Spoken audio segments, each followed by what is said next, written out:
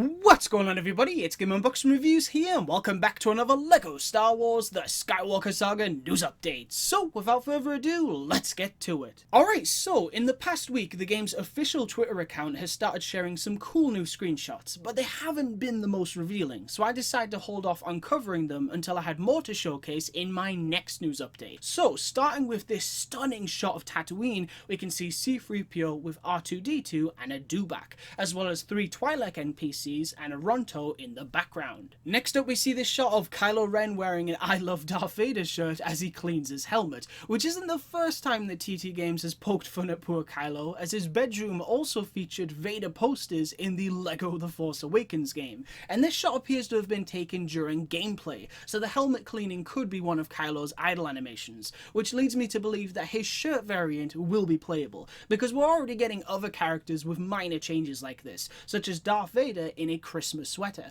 who will be unlockable with a cheat code. Moving on, we're now going to be taking a look at 10 new looks at Luke Skywalker, starting with this shot which shows Luke's farm boy variant with R2-D2 on Tatooine, and in the background we can also see his land speeder and an Imperial shuttle. It's also worth mentioning that this old promo art shows Luke's farm boy variant wielding a lightsaber, but we can only see a blaster by his side in this shot, so it'll be interesting to see if most of Luke's episode 4 variants will still be able to use a lightsaber in the final game. Next up, we see Luke's Rebel flight suit variant in what looks to be the strategy center inside Yavin 4's Great Temple, and in the background we can also spot a Rebel technician and potentially a Rebel engineer. Up next, we see Luke's Ceremonial variant with the Medal of Bravery around his neck, which is a look that Luke has sported in many comics, so being able to roleplay his adventures before the events of The Empire Strikes Back should be a lot of fun. Here we see the inside of Echo Base, where Luke's Hoth variant is armed with a lightsaber, and in the background we can also spot some Rebel troopers. Next, we get a great look at Luke's Dagobah variant with Yoda on his back, and his Bespin variant as he stands on Cloud City. Here we get a full look at Luke's Endor variant with a red bird to his right, and in the next shot we have Luke's Jedi variant inside the second Death Star, where we can also spot some X-Wings flying through space in the background. Lastly, we have Luke's sequel trilogy looks. So here we have his Ahch-To variant with an idle animation showing that he has a bad back,